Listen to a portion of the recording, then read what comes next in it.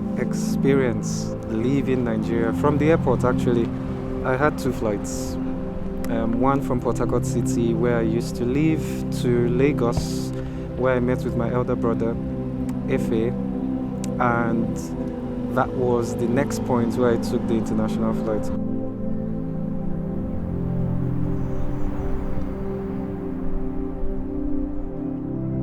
The experience was wonderful, amazing, memorable, but amongst many other things, quite emotional, because Efe saw me off to not just the airport, through to the points where I was being checked in.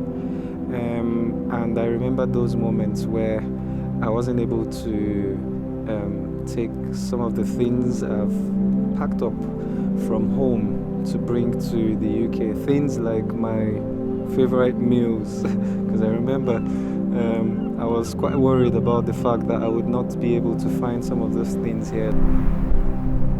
Quite a couple of things that were quite peculiar to the meals I grew up eating for many years, as well as my books, Christian books,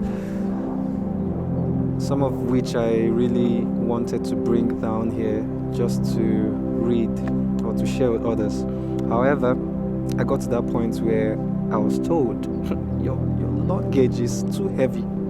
So I had to part ways with my precious meals and my lovely books. Left them with my brother up until the point where I reduced as much as possible, even though I didn't want to. Unfortunately, I had to. That was a very, very pivotal moment for me at the airport. Eventually, he got to a point where he could no longer see me off, and that was where we had to part ways. Quite emotional as well, but again, we had that assurance that we're going to see ourselves again.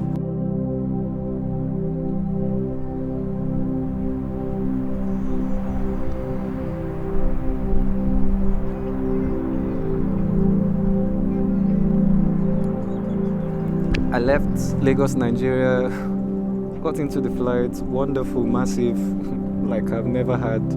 Went so high, like I've never been, compared to domestic flights. The instructions, the service was wonderful. The food was very small but nice. I enjoyed the fact that I could watch some movies through the night, because it was a very long trip, and that was very helpful to avoid being bored. And we got to Doha Airport, where we had to wait for a while, and we took our final flight straight down to Manchester. But those moments were wonderful for me. The moment in Doha, beautiful airport. I took pictures, even just when we're about to land and when we're taking off.